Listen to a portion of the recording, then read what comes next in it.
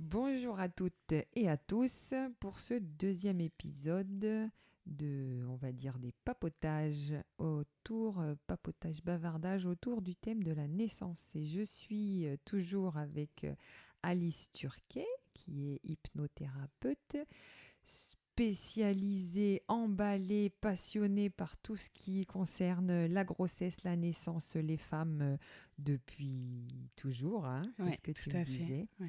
C'est ta passion. Donc, qui va m'aider, on reprend la thématique du premier épisode, qui est de suivre mes aventures à moi de grossesse et d'accouchement que j'ai vécues de manière extrêmement facile et simple et fluide, et comment à partir de mon expérience, enfin vous allez voir, je dis ça, mais mon premier accouchement n'était pas aussi fluide, aussi facile, aussi simple que ça. Mais C'était une première. voilà, exactement, c'était la préparation. Et donc, Alice, tu interviens quand tu veux Merci Camille. pour agrémenter, toi, ton expérience de ce que tu connais des peurs des Hmm. femmes que tu as réussi à transformer Hmm. et que moi, je ne vois pas. Hmm. Quelles peuvent être les peurs? Et donc, à toi de donner les outils pour les femmes, là, à l'heure actuelle, qui nous écoutent et qui seraient preneuses d'informations et de conseils pour arriver à ce que leur grossesse et l'arrivée du Hmm. bébé, ou la projection, si la femme n'est pas enceinte, mais voudrait être enceinte, d'une naissance et d'une grossesse merveilleusement facile et belle, au Oui, tout à fait. maximum, Oui. dans ce qu'on a. Et chaque femme étant très particulière et unique, évidemment, c'est toujours du cas par cas. Voilà. Dans un travail thérapeutique et dans un suivi, voilà. Oui, J'ai oui. la chance d'avoir pu accompagner des femmes qui ont su me faire confiance et un travail qui a pu être parfois rapide, parfois plus long, mais en tout cas profond et pour pouvoir fluidifier les choses et Ouais. que les Et à choses chaque avancent. fois, Hmm. les femmes, elles mettaient le doigt sur des trucs Hmm. qu'elles n'arrivaient pas à passer ou à Ouais, avoir, ouais, ouais. Oui, parce qu'on travaille évidemment avec l'inconscient, avec l'hypnose thérapeutique et à savoir que l'inconscient collectif est hyper fort aussi aussi. dans Ouais, tu vas nous en tout ce parler, qui ouais. est. Ouais. Je sais pas si je vais en parler mieux que toi, mais on va essayer d'en parler. Oui, alors justement, c'est une belle intro à ce que je voulais commencer à Ouais. parler. Effectivement, donc là, je vais raconter, dès aujourd'hui, dans ce deuxième épisode, la naissance de ma première fille. Donc, à savoir, qu'est-ce que je savais de l'accouchement? Ça, c'est important à savoir. Ça va être l'expérience de ma maman qui va venir en premier, évidemment.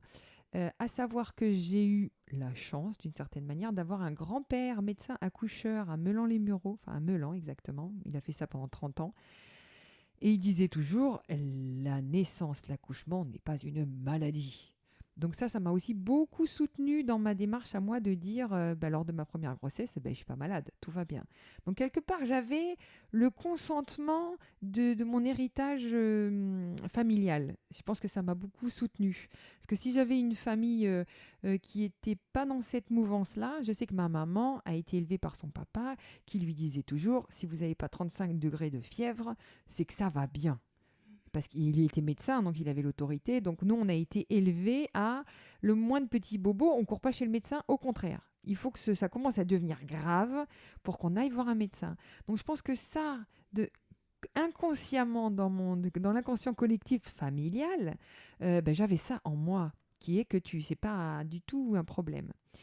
Sauf qu'après est venue la deuxième information, qui est ma maman, qui a eu donc une fille avant moi, Charlotte, qu'elle a eu une grossesse relativement bien, son papa la suivait, mais sauf qu'il a pris sa retraite au moment où elle devait accoucher de sa première fille. Et là est intervenu dans sa grossesse un médecin qui était tout nouveau et qui a pris la succession de mon grand-père et qui, je pense, a voulu, enfin c'est ce que dit maman, moi j'en sais rien, c'est ce que dit maman, ma mère, il a voulu peut-être éventuellement un peu impressionner mon grand-père et il a essayé une nouvelle technique sur ma mère qui était, ah le bébé n'est pas à sa place, on va le retourner. Et ma mère a dit que, donc elle était à 6 mois et demi de grossesse, je crois, 6 mois et demi, 7, qui lui a labouré le ventre avec ses mains et que le lendemain, elle a couché. Pour que le bébé ait la tête en bas. Voilà. Donc, ça a été un petit peu étouffé parce que c'était comment ça s'appelle, le service de mon grand-père et que c'était le remplaçant et que du coup le grand-père n'a pas voulu faire de vagues, sauf que maman m'a bien dit, je pense que ce qui a déclenché l'accouchement, c'est qu'il m'ait fait ça, il a dû décoller quelque chose ou le placenta et tout ça. Donc ma mère est partie en urgence le lendemain accoucher à Meulan. À 6 mois et demi. À 6 mois et demi, le bébé est sorti, elle faisait 1 kilo tout juste. Elle tenait dans une boîte de chaussures, elle faisait grand comme 3 pommes. Sauf qu'ils n'avaient pas de... Dans la maternité de Meulan, ils n'avaient pas de couveuse. Donc, ils ont essayé d'appeler à droite à gauche pour que Charlotte puisse être internée en couveuse. Bon, bref, ça, c'est pas forcément le plus important, mais elle a été sauvée. Ça a été grâce au fait que mon grand-père était médecin, qu'il a appelé un collègue en disant faut que tu prennes ma gamine dans des services là parce qu'elle va mourir. Donc, ma mère, donc Charlotte a été sauvée comme ça. Donc, moi, sachant qu'il pouvait y avoir aussi indirectement des erreurs médicales, je pense que ça a aussi contribué au fait que je voulais pas tellement qu'on intervienne dans ma grossesse et dans mon accouchement. Ça, c'était clair pour moi. Donc après, moi, l'histoire de ma mère, de mon accouchement à moi, était complètement à l'inverse. C'est-à-dire que comme la première enfance était compliquée, mon grand-père avait décidé que ma mère, pour son deuxième enfant, qui était une grossesse du coup devenue à risque, puisque la première avait été à risque, elle a accouché dans le plus gros hôpital de Paris, il s'appelle l'hôpital Baudeloc, des enfants malades. Et, non, ça c'est Necker, mais c'était à Baudeloc. Et du coup, ma mère s'est trouvée dans un milieu qu'elle ne connaissait personne. Et quand elle a fallu qu'elle accouche, elle a eu le médecin accoucheur, plus 2 internes, plus 4 infirmiers, plus 5 stagiaires. Comme elle disait, j'avais un public pour mon arrivée. Et du coup, c'était complètement déshumanisé. Elle était là pour être un spectacle pour que les élèves apprennent. Et donc, elle a été aussi beaucoup... Alors, elle était très philosophe parce qu'elle disait bon, c'est comme ça, c'était entouré de sécurité. Moi, je me suis laissé faire, mais comme elle dit, c'était pas ce qui me bottait le plus d'avoir 15 personnes qui me regardaient l'entrejambe au moment où tu es né, quoi. Donc voilà un petit peu, moi j'ai eu les deux, les deux facettes qui étaient les gros trucs super médicalisés, bof, je suis pas super emballée. D'avoir trop d'interventions dans les grossesses, bof, je suis pas trop... Donc il y a eu ça qui a fait que j'ai voulu, moi, faire dès mon premier bébé un accouchement à domicile. En plus, j'avais lu des bouquins que m'avait donné Marion, la femme que j'avais rencontrée pour ma première grossesse quand j'étais en bateau. Elle m'avait dit, il y a 2 livres qu'il faut que tu lises. C'est un livre de Michel Audin qui s'appelle « Votre enfant est le plus beau des mammifères ». Donc, le titre dit bien la philosophie, qui effectivement, nous sommes des mammifères avant tout. Mais le corps est un corps de mammifère, donc il n'y a pas de raison que nous soyons différents des animaux. Le corps sait faire. Voilà. Il n'y a pas besoin de trop... les mammifères ne vont pas dans les hôpitaux accoucher. Sinon, on n'en aurait plus. Donc ça, c'était la première, encore une notion. Et puis le Boyer qui avait fait un livre mais magnifique, c'est pour une naissance sans violence, qui révolutionne un petit peu, qui révolutionnait à l'époque, il y a déjà un moment, la façon d'accoucher et qui disait, oui, c'est en général, les médecins sont... Il y a des photos très percutantes, je ne sais pas si vous l'avez vu, mais où on voit le mari, la femme ravis, le médecin ravi, tenant le bébé par les pieds, la tête en bas, lui donnant des grandes claques sur le dos, et tu vois le bébé en train de hurler, tu vois. Genre, mais attendez, c'est quoi? Donc, pour une naissance sans violence.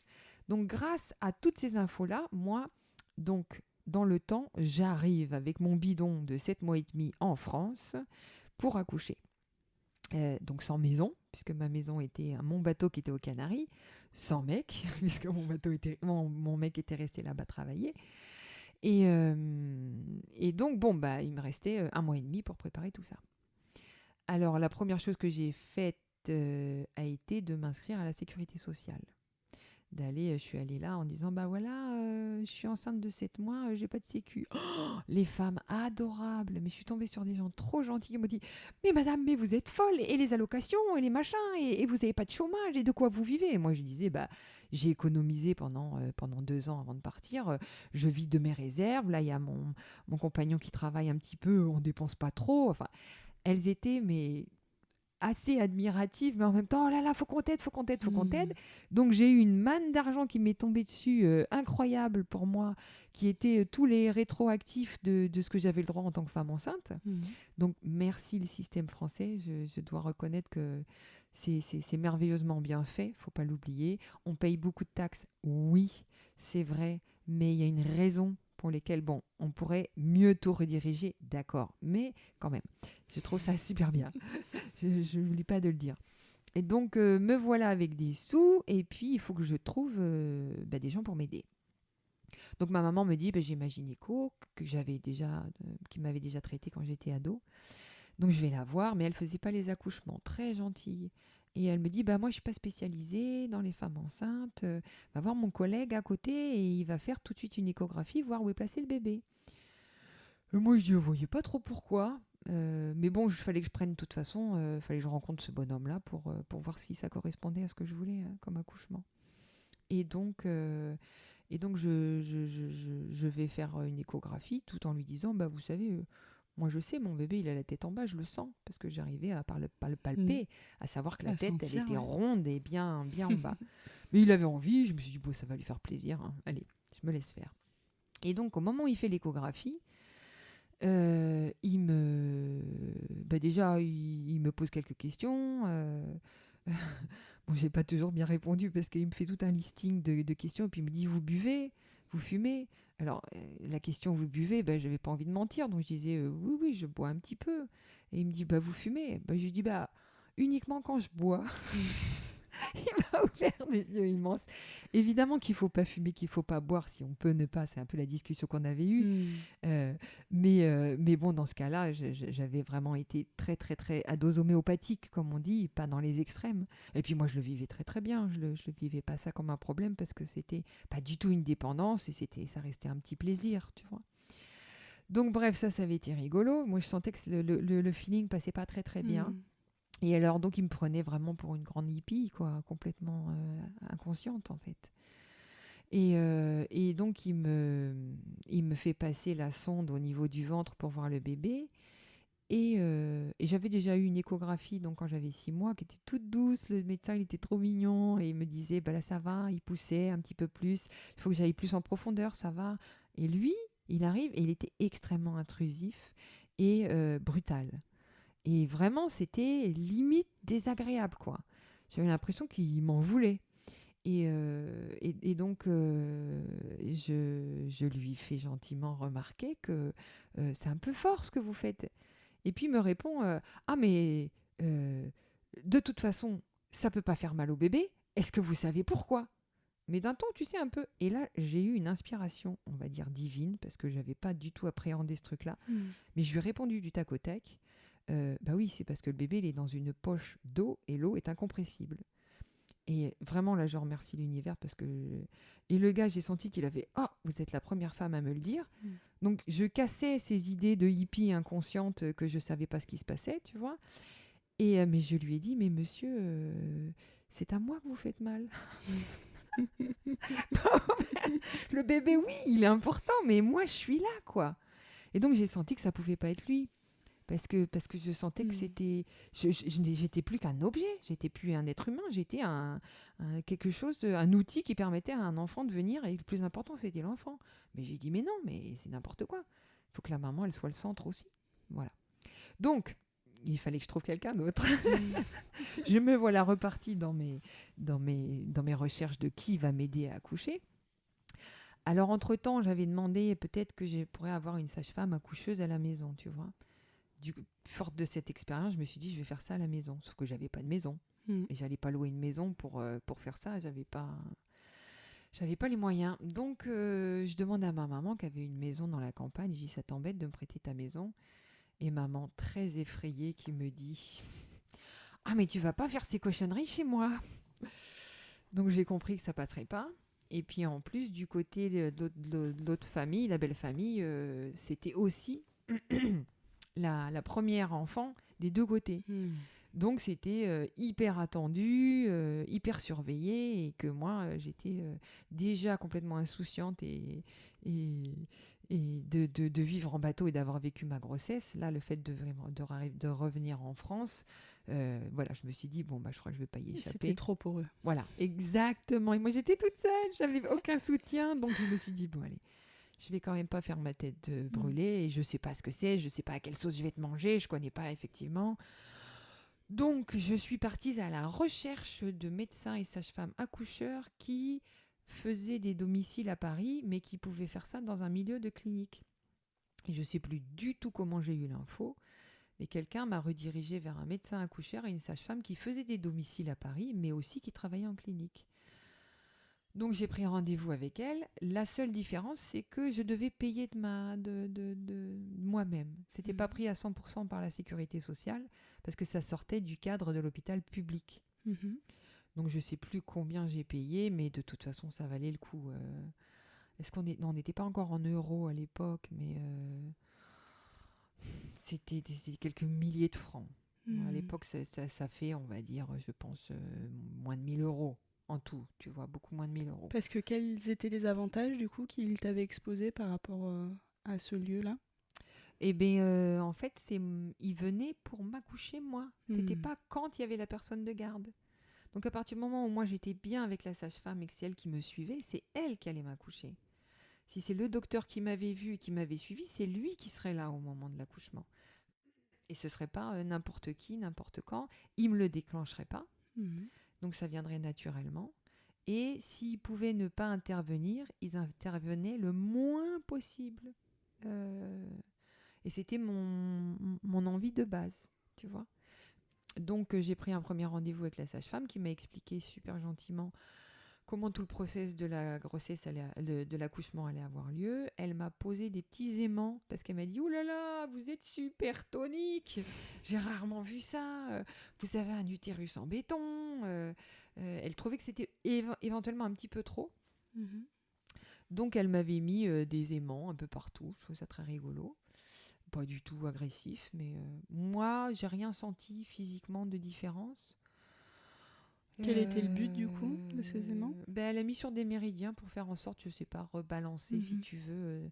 Moi qui étais peut-être un petit peu en mode guerrière, fallait que je me remette en mode, allez, on lâche prise, on détend. De la douceur. Voilà, de la douceur, c'est ça. Mais bon, j'étais un petit peu aussi obligée de me mettre en mode guerrière parce que j'avais plein de trucs à faire. En un mois, j'allais se trouver. C'était anciennement les maisons de naissance, tu penses? Non, c'était vraiment une clinique dans le 15e arrondissement où ils avaient un partenariat. Donc, ils avaient une place, une chambre d'accouchement, je pense, qui était réservée uniquement pour eux quand ils avaient besoin. Pour leurs femmes qui, le moment venu, n'importe quelle heure du jour, de la nuit, de machin, on les appelait et eux, ils arrivaient. Donc ça, c'était... voilà. Mais ça avait un coût, du coup. Donc voilà, j'ai pris un rendez-vous avec elle. Et ça s'est super bien passé, adorable, bon feeling. Et puis, j'ai pris un rendez-vous chez le médecin accoucheur qui m'a fait... Ah oui, alors non, ce qui est hyper important, la sage-femme me dit « Madame, ce serait bien que vous prépariez vos tétons. » Je vais « Oh, comment on fait ça ?» Elle me dit, voilà, comme normalement les femmes aujourd'hui ont les seins très protégés dans des soutiens-gorge, ça frotte plus jamais, et que pour éviter les gerçures quand le bébé va téter, ce serait bien de renforcer un petit peu la peau en la stimulant. Et alors, elle me dit, vous prenez une petite brosse à dents douce et vous frottez le bout des tétons pour faire un petit peu durcir la peau. Donc ça, c'était super info, parce que dans mes 4 naissances après, j'ai 4 allaitements, j'ai jamais eu de problème. Donc ça, c'était bien. Et aussi, elle me disait, ce serait bien de vous masser le périnée, parce que j'étais aussi, tout le plancher pelvien était très tonique. Donc elle me disait, ce serait super de faire, avec de l'huile d'amande douce. Vous, tout doucement, vous massez l'intérieur du sexe et puis vous allez chercher le périnée et vous allez tout doucement faire des manœuvres de massage et voir tout doucement de pousser, d'étirer, de sentir où sera le passage et où sera le muscle qu'il va falloir ouvrir. Et ça, c'était extrêmement bien en ce terme où j'avais l'impression qu'elle me donnait un certain pouvoir. Tu vois, d'avoir une action sur ce qui allait se passer. Et t'as fait ça régulièrement? Alors ouais, j'ai fait, surtout au début, j'étais super motivée. Et puis après, je faisais ça une fois tous les 2 jours. Parce que là, il restait pas beaucoup de temps. Bah non, je pense que j'ai dû la trouver, j'étais à 8 mois de grossesse, il me restait 1 mois. Donc voilà. Donc voilà, pour la sage-femme, c'était tout. Une chose est sûre, c'est quand elle m'a expliqué le processus de comment le bébé allait descendre, je le visualisais, je voyais, mais dans mon corps, je comprenais pas du tout à quoi ça correspondait et quel était le rapport entre comment ça allait sortir et quels pouvaient être les muscles qui pouvaient pousser, tirer, et c'était hyper abstrait. Je comprenais, oui, mentalement, oui, mais je l'avais pas imprégné, conscientisé. Je sais pas comment, tu vois, l'idée de faire sienne cette idée-là. Ensuite, je suis allée voir donc le médecin accoucheur, vraiment gentil, hyper simple, qui se prenait pas la tête. J'ai beaucoup aimé son énergie. Et puis lui, pour la première fois, il m'a fait un toucher vaginal à essayer de voir la largeur de mon bassin. Donc il a pris des mesures, il a dit bah non, ça va, ça devrait bien passer. Vu votre bébé et votre morphologie, je pense que vous êtes tranquille. Donc c'est génial. Tu pars avec ça. Tu vois, ils m'ont pas pris la tête avec oui, mais toute la batterie de tests que vous devriez faire, est-ce que vous avez fait ci, est-ce que vous avez fait ça. Par le toucher, il a pu voir le bassin. Ouais. Ok. Ouais, il est allé et j'ai senti avec ses doigts, il faisait le tour des os, quoi. Tu vois, mis les 2 doigts de chaque côté, là, à peu près cette distance-là. Ouais, ça correspond. Mais est-ce que tu crois qu'il y a vraiment des bassins non adaptés? Alors, à cette époque-là, j'en savais rien, mais alors je ne saurais plus dire mes sources, je suis désolée. Mais j'ai entendu une femme qui disait, et ce qui est vrai, que parfois tu vois des femmes, des petits bouts de femmes, mais qui sont tout petits, tout maigres, que tu te dirais, mais comment un bébé peut passer là-dedans? Et elles te sortent des bébés de 4 kilos, tranquillou.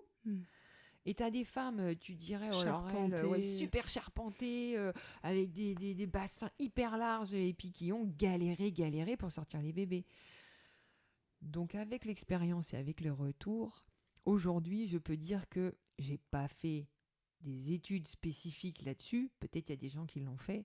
Mais moi, mon intuition et ce que j'ai vu quand j'ai pas mal parlé avec des femmes qui avaient des accouchements, et, parce que le sujet me plaisait, donc j'aurais tendance à dire que non, il n'y a pas de lien. Il n'y a pas de lien. Sauf si tu as cassé, par exemple. Sauf si tu as eu des fractures de bassin. Sauf si tu as eu des gros soucis. Donc là, ce serait bien le côté psychique, émotionnel qui rentre en jeu à ce moment-là. Ouais, tout à fait. Mais oui. On y reviendra, mais c'est effectivement ce qui empêche le bébé de sortir, c'est très très très peu le physique. Très très très peu. C'est quasiment... Donc les forces contraires. Peanuts. Entre ce corps qui fait le travail pour mettre au monde et le psychisme. Voilà. L'émotionnel, les peurs, les réticences, l'inconnu. Voilà, ça c'est un gros nœud. Écoutez bien, mesdames, écoutez. C'est ça qui est hyper important. Donc voilà. Mais on va continuer la progression petit à petit pour vous amener à comprendre des choses. Donc j'avais tout en place, j'avais mon médecin, j'avais ma sage-femme. Moi, je continuais à vivre ma vie très très bien, avec mon gros bidon, à marcher, à me balader, à faire pas mal de soirées, parce qu'on revenait, on avait donc 25 ans, on avait tous nos potes qu'on avait quittés 2 ans auparavant en partant en bateau, qui étaient trop contents de nous voir. Donc parce que ton compagnon était revenu à ce moment-là? Alors, vers 8 mois et demi, il est revenu. Il est revenu, voilà, à peu près 2 semaines, 3 semaines avant l'accouchement. Il est revenu. Donc on vivait à l'époque à Pontoise. Ses parents à lui à Saint-Ouen-l'Aumône, donc c'était voisin. Donc on vadrouillait d'une maison à l'autre, un peu sans domicile fixe, en attendant le jour J pour que bébé naisse. Et puis évidemment, il y a eu un jour, alors là, on va sauter sur le jour de la naissance en fait, que je ne savais pas que ça allait être ce jour-là. Mais j'étais donc chez mes beaux-parents qui avaient un grand jardin, mais avec une herbe pas possible, des fleurs pas du tout entretenues. Et ça m'a pris comme une envie de tout nettoyer le jardin. Et j'ai passé toute la journée à couper, faucher, arracher, tailler, couper, alors que j'y connaissais pas grand-chose en plantes en fait. Je sais pas À ce qui m'a l'époque. pris. Mais oui, à l'époque, ouais, tout à fait. Et j'avais envie de ranger. J'avais envie que ce soit propre. C'est comme si j'avais pas de maison. Je pense que le jardin, je m'en suis servi comme pour combler ce besoin de nettoyage. Et ça n'a pas raté. Le soir, pendant le dîner, euh, j'ai senti des contractions régulières. Parce qu'en fait, pendant la semaine d'avant, tu sens des contractions un peu plus fortes. C'est comme des tentatives, tu vois, des essais, comme si tu te chauffes la voix avant un concert. Plus forte parce qu'il y en avait quand même eu avant, des contractions. Et il y en a, oui, voilà, dans la semaine d'avant, tu avais quelques contractions et tu sais, tu en as une. Mais sur le dernier mois, par exemple. Il y en Je avait... sais plus. Je sais D'accord. plus te dire Ça t'a pour le pas marqué, premier. en tout Je sais plus te dire. cas. Pour la numéro 4 et numéro. Je suis désolée de dire les numéros, mais. Donc ça vous simplifie la vie plutôt que je donne les prénoms. Effectivement, pour la numéro 4, je dirais que j'ai senti le plus gros, c'était la semaine d'avant. Voilà. Et là, je dirais pour Maloé aussi, pour le premier accouchement. Et là, pendant le dîner, on était au dîner avec toute la famille de mon compagnon. Je dis trop rien, je laisse passer, je laisse passer. Au bout d'une demi-heure que je sens que c'est régulier, que c'est régulier, que c'est régulier, et que ça passe pas, et que ça continue, ben là, je fais la déclaration officielle à table. Il était 8h30, 9h du soir. Je crois que c'est pour ce soir. Tout le monde, yeah, super cool, machin truc, et ça remplit les verres, et tout le monde commence à picoler, tout ça, ils aiment bien boire, tu vois. Moi, bon, je reste en dehors de ce truc-là. Mais en fait, mon homme était tellement stressé. Qui s'est mis à boire. Il a picolé, il s'est mis à boire pour fêter le truc, et je pense pour indirectement un peu fuir. Parce que donc il est revenu du Canaries où il a laissé le bateau à un copain qui devait surveiller. Et lui, il n'était pas chaud pour assister à l'accouchement. Sauf que moi, je l'ai obligé en me disant, il faut que... Contrairement à l'écho où tu avais laissé passer Ouais. en fait toute la grossesse. Ouais, mais moi, je trouvais quand même la naissance, il devait être là. Et donc, je l'ai indirectement obligé. Aujourd'hui, avec le recul, je préférerais qu'il soit loin. Non pas qu'il ait mal agi, il était super. Mais psychologiquement, j'avais sa présence derrière. Et j'avais la présence que pendant tout l'accouchement, je devais faire gaffe à ce que je faisais, à pas le choquer, à pas lui perdre son amour, à pas perdre son admiration. Et donc, ça aurait été différent avec un autre homme. Tu vois, avec le papa de Gaïa, donc là, le 4e accouchement, où lui, il était à fond, il voulait tout faire, tout voir, tout participer. Là, c'est complètement différent. Je savais que quoi que je fasse, il allait rester à être en admiration et à m'aimer parce qu'il l'aimait. Il trouvait déjà ça hyper admirable, ce processus. Donc, de moi à être en condition, les jambes écartées, à pousser, à crier, ou ce que j'imaginais que ça allait être, avec le premier papa, j'étais vachement limitée dans mon mode d'expression. Dans la restriction, donc. Ouais. Et dans le contrôle. Voilà. Donc, première erreur que j'ai appris, ne pas obliger le papa à venir lors d'un accouchement s'il n'est pas intéressé.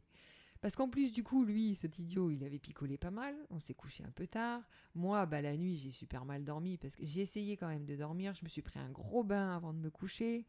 Et j'ai tout de suite mis mon alarme sur... Attends le dernier moment avant d'aller à la clinique. Parce que tu sais pas combien de temps ça va durer. Et autant faire passer le temps des contractions d'ouverture du col en faisant autre chose. Plutôt que de rester complètement focalisé là-dessus et que le temps il passe pas, quoi. Tout le monde sait que quand il y a un truc où t'es pas super à l'aise, t'as l'impression que le temps il dure des heures. Alors que si tu penses à autre chose, tu fais autre chose, le temps il passe plus vite. Donc c'est un petit peu ce que je m'étais dit. Sauf que on habitait à Pontoise et fallait aller à Paris. Donc il y avait quand même 40 minutes de route. Donc je me disais, je savais pas du tout combien de temps ça pouvait prendre et jusqu'à quel moment ça allait s'expulser le bébé. Donc je crois que c'est à 3h30, 4h du matin que j'ai réveillé mon bonhomme en disant bah là on y va quoi. Et lui il avait la tête dans le un petit peu vasouilleux, machin truc, mais il a assuré. Donc on a pris la voiture. T'avais perdu les os déjà? Pas du tout, du tout, du tout. Non, j'ai jamais perdu les os. J'ai seulement perdu les os dans le second accouchement. Les 3 autres, j'ai jamais perdu les os avant l'expulsion. Ça a fait, au moment de l'expulsion, j'ai perdu les os en même temps. Il y a pas eu de, ça s'est pas dissocié. Et là, tu te souviens de la régularité des contractions à 3h30 du matin? Non. Non. C'était Non. intense. Ouais, T'as c'était senti intense. que tu voulais y aller. Ce que je me souviens, c'est que j'arrivais dans la voiture avec la ceinture de sécurité, j'avais un peu du mal à trouver ma place. J'étais très stressée parce que il y a eu des travaux sur le périphérique et on était obligé de faire une déviation, mais incroyable, qu'on a perdu en temps, je pense, bien 40 minutes. Quoi. Et si c'était à refaire, je me louerais, j'ai pas un hôtel à côté pour y aller à pied, tu vois, ou je sais pas, pour pas avoir le stress de la voiture, d'un pneu qui crève, tous ces paramètres. Ouais, c'est ça, c'était un peu... Non seulement tu as à gérer la douleur, mais en plus tu as à gérer savoir où ça en est, et les stress du copilote, pilote, c'était hyper intense dans la voiture, Et l'atmosphère. qui justement viennent interférer avec le cerveau reptilien. Et voilà, on y vient. Et que du coup, effectivement, ça ralentit complètement les... Je fermais mon périnée pour pas que ça aille trop vite. Ce qui est complètement con. Mais bon, on fait au mieux au qui moment va à où... l'inverse du processus. Voilà, exactement. Donc, première erreur, avoir le bonhomme. Deuxième erreur, être un peu loin de la clinique. Et donc, me voilà arrivée à la clinique. J'appelle du coup la sage-femme au moment de partir en disant, bah voilà, on part à la clinique. Et là, j'arrive à la clinique et la sage-femme était là, me présente la salle. La salle blanche, métal, froid. Que tu découvres donc. Ouais, que je découvrais donc. Un personnel. Et alors, tout à coup, tu m'as fait un flash là, que je découvre. J'étais allée dans cette clinique parce que on avait l'obligation, avant d'accoucher, de voir l'anesthésiste. Et tu vois, j'avais oublié ce truc-là. Et l'anesthésiste, donc tu as un rendez-vous avec lui, et il te dit, bon ben voilà, je suis l'anesthésiste, est-ce que vous voulez une péridurale? Et moi, je lui ai expliqué que, a priori, je préférais pas. Et là, il m'a fait un discours en disant, mais pourquoi vous voulez souffrir? Il comprenait pas du tout quelle était ma démarche de ne pas vouloir de péridurale. Et moi, j'avais toujours en tête mon grand-père qui disait, c'est un processus naturel. Oui, ça tire, ça fait un peu mal, mais les animaux, tu les vois, ils survivent. Tu les vois pas complètement anéantis. Les femmes, ils passent, ça tire, c'est dur, oui, mais il n'y a rien de... infaisable, invivable, exactement. Et c'est vrai que nous, on a été élevés un peu à la dure, du coup. Tu vois, on s'écoutait pas tellement. T'avais un petit bobo, bah oui, mais tu continues, quoi. Et donc, moi, je voyais pas pourquoi j'allais injecter dans mon corps une substance qui allait m'anesthésier, que je ne sentirais pas le passage. Je pourrais pas aider mon bébé à sortir puisque je n'ai plus du tout les facultés d'aider et de pousser. Genre, pouf, le corps, tu l'éteins. Et pour moi, la balance entre comment je peux arriver à aider mon bébé et à vivre ce moment-là sans m'injecter de produits, sans avoir le risque de te mettre quand même une énorme aiguille dans le dos, même s'il y a très très peu de risques, bah il y en a un. Bah ouais, moi je préfère on va dire vulgairement, en chier pendant 10 minutes que de créer ces risques-là. Et je me suis pas du tout sentie soutenue, mais en même temps, je voulais pas envoyer balader le gars en disant ouais, votre boulot c'est nul. Je dis non, mais si je peux essayer d'y arriver toute seule. C'est que lui, il voyait que des avantages à la péridurale. Ouais. Eh oui. Eh oui. Eh ben pas moi. Mais en même temps, je me suis dit, je sais pas où je vais, mais je veux essayer d'abord comme ça, avant de choisir tout de suite la piqûre. Et que si, effectivement, c'est ce que je lui ai dit, mais je vous promets que si je sens que j'arrive pas à gérer le truc, je vous demande. Ah oui, mais ce sera trop tard. Et je dis, c'est pas grave, dans ces cas-là, j'assumerai, quoi. J'aurai une demi-heure, le temps que l'anesthésiant fasse effet, mais je vais essayer. Donc voilà. Donc effectivement, j'avais été à la clinique.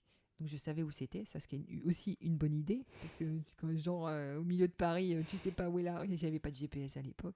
Donc genre et la salle, non, j'avais pas vu la salle. Donc me voilà avec mes contractions, la sage-femme qui était là aussi, un grand couloir beige, à gauche la salle d'accouchement pas du tout invitante parce que tu n'avais aucun endroit où t'asseoir ou te poser, si ce n'est la chaise avec les étriers, avec les machines autour. Mais moi, j'avais qu'une envie, c'était de continuer à me balader, marcher, tenir le coup, remplir ma tête de trucs et pas aller là me suspendre et me bloquer dans une chaise. Évidemment, au bout d'un moment, j'ai commencé à avoir quand même pas mal des douleurs régulières. Donc là, je me suis dit, allez, zou, il est temps que je me mette dans les étriers, que je prenne ma monture. Et donc, je me suis déshabillée, j'ai mis une blouse, je me suis mis dans les étriers.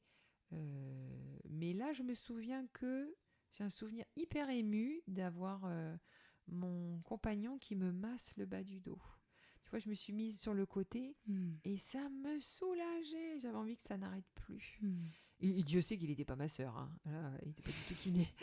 Il savait pas du tout masser, c'était pas son truc. Mais là, je lui demandais, il n'avait pas le choix de faire autrement, quoi. Il y a des points dans le bas du dos qui sont très stimulants au niveau des endorphines, ces hormones de bien-être, de sérénité. Cool, tu nous en feras note-le là, qu'on en parle à un moment un peu plus approfondi. Donc ça, c'était vraiment super agréable d'avoir des massages, des papouilles, en fait d'autres stimulations que la stimulation de la douleur. Ça, c'était très agréable. Et puis, les contractions se font de plus en plus fortes. Et là, je sens, avec le recul, quand la douleur tirait très fort, j'ai commencé à résister à la douleur. À aller contre. C'est-à-dire que j'avais mal, mais j'avais pas envie d'avoir mal. Et donc, quand la douleur apparaissait, je sentais que je me contractais de partout et que je me faisais mal et que je serrais les dents et que je... Et... Ce qui est naturel, hein. Oui, puis là, ça tirait fort. Ça faisait quand même... J'ai la sensation de douleur, je l'avais. Je l'avais. Mais je refusais d'avoir mal, complètement. J'étais pas du tout... Je ne comprenais pas à l'époque, maintenant je vais vous dire le truc, je ne comprenais pas à l'époque l'intérêt d'avoir mal. Je dis pas qu'il y a un intérêt maintenant, mais après, avec mes autres accouchements, grâce à écouter d'autres femmes qui parlaient de leur expérience, j'ai appris à aimer les étirements et pas voir ça comme de la douleur bête et méchante, mais au contraire que c'était des étirements et que j'avais moi le pouvoir d'arriver à amoindrir cette sensation d'étirement et de douleur, déjà en les remerciant, en disant elles sont là pour tirer et ouvrir la porte. C'est que le processus est en train de se faire justement. Donc voilà, c'est fabuleux. C'est ça. Et donc tu as réussi toi à changer de regard par rapport à ces sensations. Dans mon deuxième accouchement, pas dans le premier. Donc dans le premier, j'ai résisté, et j'en pouvais plus, et j'étais fatiguée, et je sentais que c'était fatigant, et je ne... Là, un truc bizarre, c'est que je me souviens plus bien de tout. À un moment, ce que je me souviens, c'est que la sage-femme... j'étais pas inanimée du tout. J'avais mal, mais je me sentais pas physiquement en train de partir en vrille, d'être malade ou de perdre le contrôle. Mais c'était peut-être un moyen de me sortir de l'accouchement, je sais pas.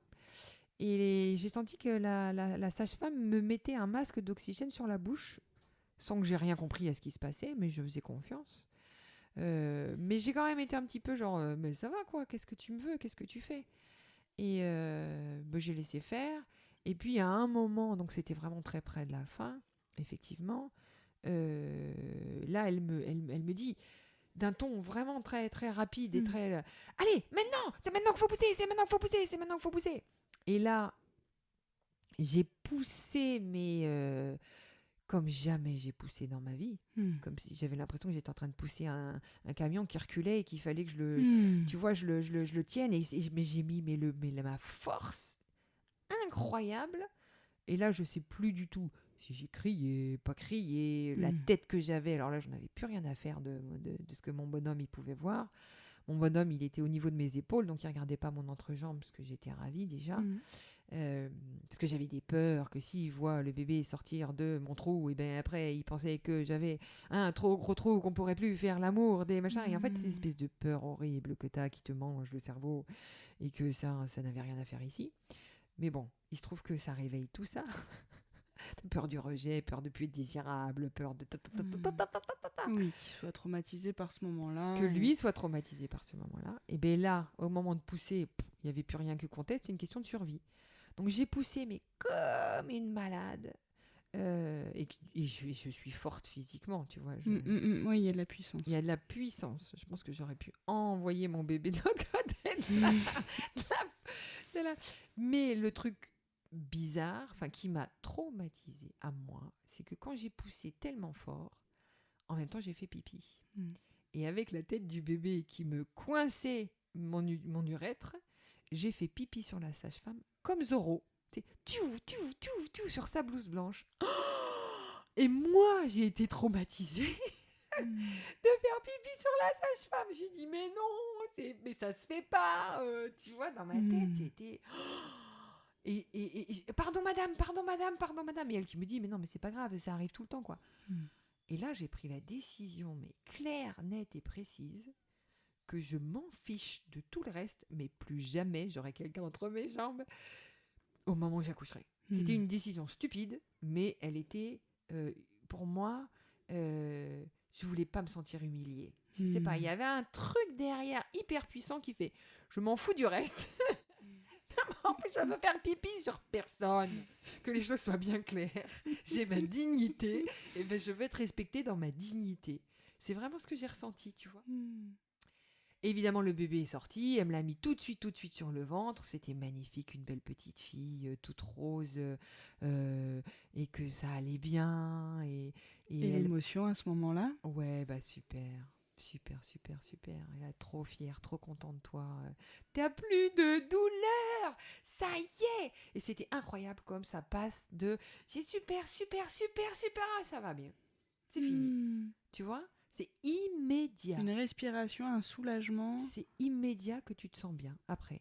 Et ce bébé, alors que tu avais connecté, que tu connaissais déjà, mais là que tu rencontres différemment, de l'autre côté de la paroi. C'est magique, c'est juste magique, quoi. Tu vois ce petit bonhomme, cette petite fille là, toute recroquevillée, qui a du mal à ouvrir les yeux, qu'il y a beaucoup de lumière et qui te regarde, et que j'ai essayé de mettre à téter directement. Elle n'a pas coupé le cordon ombilical tout de suite. Tu vois, elle a laissé en place. Est arrivé, je crois, 5 minutes avant le médecin accoucheur. Tu vois, je sais même plus dire quand est-ce qu'il est venu, le médecin accoucheur. Et là, tu vois la prolongation du lien qui était déjà là. Ah bah oui, le bébé, il est là. Il était dedans, il est sorti, mais il est là. Tu l'avais déjà. Ouais, ça c'était... Et donc, pendant que j'ai mon bébé et que le papa, il est tout ému aussi de voir le bébé et qu'il me regarde plein d'amour. Et lui, il était quand même fasciné, même si quelque part...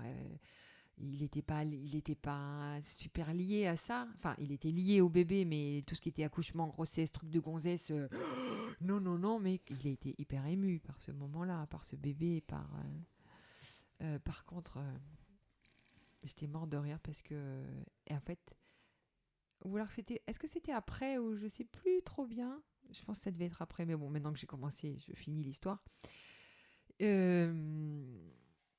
Mais Maloé avait des cheveux très très noirs et plein de cheveux noirs, vraiment super brune. Et elle en avait plein les oreilles, sur le dessus des oreilles. Et donc je vois son papa Jean-François qui regarde Maloé. Et je vois, tu sais, son regard qui tombe sur les oreilles. Et puis un peu inquiet, il me regarde, il fait « Tu crois que ça va rester pour toujours ?» Genre, merde, on a fait un monstre. Donc on l'a rassuré, non, non, t'inquiète pas, ça va tomber, ça arrive souvent, c'est les premiers cheveux et tout ça. Mais c'était marrant parce qu'il était hyper inquiet de l'image que ça renvoyait, son petit bébé poilu, même sur les oreilles. Donc ensuite, donc je pense que effectivement j'ai fait pipi, j'ai fait caca à ce moment-là, vu comme j'ai poussé, et donc là j'ai poussé mon bébé à l'extérieur sans à aucun moment me poser la question si en même temps je devais laisser une porte ouverte. Je ne sais pas comment expliquer, mais dans les autres accouchements, je vous raconterai plus tard, j'avais déjà capté l'idée de il faut garder la porte ouverte en bas, mais pousser en haut. C'est-à-dire que de tout pousser, et il y a des femmes, j'en ai parlé il y a 2 jours encore avec une copine là, et je lui dis, ça a été ton accouchement? Elle me dit, ouais, sauf qu'au moment de pousser, en fait, mes jambes naturellement, elles se resserraient. Et donc, mon mari est obligé de me tenir les jambes écartées pour laisser la porte ouverte pour pas que je pousse. Et ce qui montre bien que c'est très difficile de savoir pousser. Parce que tu peux très vite confondre tous les muscles dans cette partie-là. Qui sait contrôler les abdominaux en même temps, différemment du diaphragme qui pousse que du périnée. Et le périnée, si tu le contractes en même temps que les abdos, bah, ça ferme. Tu vois, les adducteurs qui sont au niveau des hanches, là, qui se tiennent sur le bassin, bah, il faut les contracter, mais il faut les contracter avec un point d'appui sur les genoux pour que ça ouvre, au contraire, le bassin. Donc à ce moment-là, en fait, moi j'ai poussé et là j'aurais très bien pu, si j'avais, je pense, pas suffisamment été flexible au niveau des muscles du périnée, j'aurais pu tout à fait déchirer. Et oui. J'aurais pu tout à fait déchirer tout, vu la force de poussée que j'ai fait. Comme quand tu te déchires le talon d'Achille parce que tu veux pousser ta bagnole plus vite et que tu as oublié de desserrer le frein à main, quoi. Parce que tes muscles sont super forts. Donc, heureusement, j'ai rien déchiré, mais... Et même les sorties d'organes. Ah ouais, ça arrive pendant les accouchements? Oui, ça peut arriver. Oh bah, tu vois, tu m'apprends un truc. Oh là là là là là. Enfin bon. Bon, vous verrez que dans l'accouchement numéro 2, nous vous expliquerons comment faire pour ne pas confondre la poussée du... Oui, c'est passionnant. Voilà. Donc voilà, le bébé est sorti. Alors, le placenta sort. Je crois que elle, la sage-femme, m'a un petit peu appuyé sur le bidon. Je sais plus. J'avoue que je sais plus trop. Le placenta est sorti. Ils ont coupé le cordon. Là, j'ai pas tout suivi. J'étais tellement dans mon bébé, le téter, la tenir, là. Et donc, quand le placenta est sorti, ils ont coupé le cordon. Et ça devait être 10 minutes, un quart d'heure après que Maloé soit sortie. Elle a pris le bébé et elle l'a nettoyé, pesé, mesuré, tout ci, tout ça. J'étais un petit peu triste que ce soit pas moi qui le fasse. Et vous allez voir que dans ceux d'après, bah, c'est moi qui ai tout fait. Et même dans le numéro 2, je ne l'ai même pas lavé. Je l'ai laissé emballer dans des serviettes super chaudes. Parce que tu as senti quoi, du coup, quand la sage-femme a pris le bébé pour le laver? Bah, c'était injuste que ce soit pas moi qui fasse ce premier bain, de découvrir ça. C'était dans la même pièce? Ouais, j'ai ressenti un sentiment que j'aurais bien aimé que ce soit moi, tu vois. Et parce que je sais faire, parce que j'ai pas peur, parce que j'ai fait beaucoup de babysitting, parce que j'ai eu plein de bébés, parce que j'ai eu des nourrissons déjà, parce qu'en tant que kiné, on fait de la respiration sur les bébés. Donc j'avais déjà cette connaissance-là. Je pense que si j'avais jamais fait, j'aurais été trop contente qu'une femme le fasse. Mais c'est moi, mais c'est nécessité mes besoins. Avec du recul, ouais, je gardais un œil sur oh, mon petit bébé. Donc voilà, mais pendant ce temps-là qu'elle faisait ça, moi j'ai passé la partie hyper méga désagréable qui était, et c'est là j'en ai beaucoup voulu au médecin accoucheur, c'est qu'il est allé trifouiller à l'intérieur et je ne savais pas ce qu'il faisait. Et je pense qu'il est allé vérifier si tout le placenta s'est sorti, si il a été désinfecté, je pense, les portes d'entrée. Parce qu'en fait, évidemment, quand le placenta se décolle avec les contractions, le placenta, il est collé à la paroi de l'utérus et il y a plein de trous qui filtrent le sang. Et le sang coule du lien de l'utérus vers le placenta. Et évidemment, une fois que tu décroches le placenta, bah, il faut que ces trous ils se referment par les contractions, en fait. Mais quand le placenta il sort, il reste quand même des petites fuites. Je veux dire, ça peut pas refermer aussi vite tous ces petits trous qu'on nourrit jusque 9 mois le bébé, quoi. Et donc, il est allé trifouiller là-dedans. Et ça, j'ai trouvé ça mais horriblissime. Alors si ça doit être fait, ça doit être fait. Moi, pour mes autres accouchements, je ne l'ai pas fait, puisque j'avais fait toute seule après. Et il m'a recousu une lèvre qui avait été trop étirée. Ce qui fait que les suites de cet accouchement-là, que j'ai pas eu sur les 3 autres, c'est quand je me suis levée, c'était le lendemain, parce qu'ils m'ont fait me déplacer, ils m'ont mis sur une civière pour me mettre dans ma chambre après, avec mon bébé. Je crois pas que je me sois levée, mais le lendemain ou le soir, donc elle est née, je suis arrivée à la clinique, il devait être 5h du matin, et elle est née à 9h45 du matin. Avec les premières contractions le soir vers 20h30. Voilà, exactement. Mais j'ai commencé à avoir vraiment mal, allez, une demi-heure avant l'expulsion. Oui, justement, parle-nous là de ces sensations douloureuses. Là, dans ce premier accouchement, que j'ai vécu vraiment dans la douleur par rapport aux autres,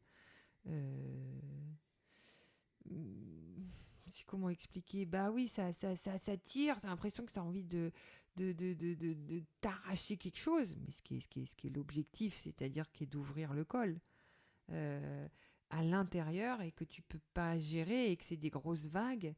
Et on revient aux préparations de l'accouchement qui est hyper importante, qu'on en a parlé dans notre premier épisode. Qui était donc la sage-femme qui nous faisait faire de la sophrologie, parlait de vagues. Et c'est vrai que ça m'a vachement aidée, merci de me le rappeler, quand je sentais ces vagues d'étirement qui arrivaient, de me rappeler que c'était des vagues, que ça allait arrêter à un moment, qu'il fallait juste que j'attende le retour de la vague, et j'avais la phrase en tête qu'elle me répétait toujours, en espagnol, Y tu cuerpo se abre, se abre. Et je pense qu'effectivement, pendant la phase de contraction, d'étirement du col, j'ai pu me raccrocher à ça pendant toute la phase où ça tirait pas trop fort et je pouvais complètement accepter les étirements sans douleur. Grâce à ce mot-là qui voulait dire « et ton corps s'ouvre, une sorte de mantra, et ton corps s'ouvre en fonction des vagues qui passaient, ça me permettait d'accepter l'ouverture. En fait. Mais à un moment, mon cerveau ou la douleur, elle a tué cette voix-là. Tu vois, j'ai pas su la garder. Donc la douleur s'est transformée en souffrance à un moment donné. Exactement, ouais. Et que je pense que dans le deuxième, c'est ce que je raconte. Hein. Le fait d'avoir du toucher, du massage, d'autres stimulations, d'autres sensations. Pas stimulation exactement. Attirer l'attention sur d'autres choses. Sur les sensations agréables. Ça aide complet. Je pense et aussi. Le cerveau, bien sûr. Ouais. Mais alors, il faut faire attention parce que c'est ce qu'on dit, c'est ce qu'on va expliquer ensuite par rapport à ce que j'ai vécu dans mon deuxième accouchement, c'est ne pas stimuler le néocortex qui est parler, qui est avoir 3 personnes qui rentrent dans ton champ visuel. Être dans la réflexion, dans la vigilance, dans l'organisation. Ouais, voilà. Tout ce qui est de la partie du contrôle mental, il ne faut pas que ça intervienne. Il faut être complètement dans soi-même, dans son corps. Et trouver des moyens pour soulager son corps et ses sensations. Et ça, il faut être hyper concentré dedans soi parce que c'est tellement subtil d'arriver à comprendre quelle position, quelle posture, quelle attitude, quel geste va te soulager, que si tu es concentré sur l'extérieur, tu n'arriveras pas à faire ce travail-là de soulagement de la douleur. Et donc, moi, la posture que j'avais là en cavalier avec des gens autour, j'étais complètement à l'extérieur de moi-même, c'est évident. Ce qui n'était pas le cas du deuxième accouchement. Parce que dans le deuxième accouchement, la sage-femme n'est pas venue et mon bonhomme est parti la chercher. Donc j'étais toute seule. Et c'est ça qui a switché complètement ma manière de vivre les accouchements. Mais donc ce que j'ai appris de ce premier accouchement a été, pas forcer le bonhomme, il il y a un moment, j'arrivais pas à du tout gérer le truc et que je ne voulais pas, il était clair, avoir quelqu'un entre mes jambes pour le prochain accouchement. Et j'avais pas très envie d'avoir quelqu'un aussi qui après me trifouille l'intérieur. Je voyais pas bien pourquoi. Après, je pense que maintenant les médecins me diraient oui, c'est pour ci, c'est pour ça, il y a des cas où, oui. Donc je pense que oui, il faut suivre. Mais là, à ce moment-là, j'avais pas envie. J'avais pas envie. Donc voilà.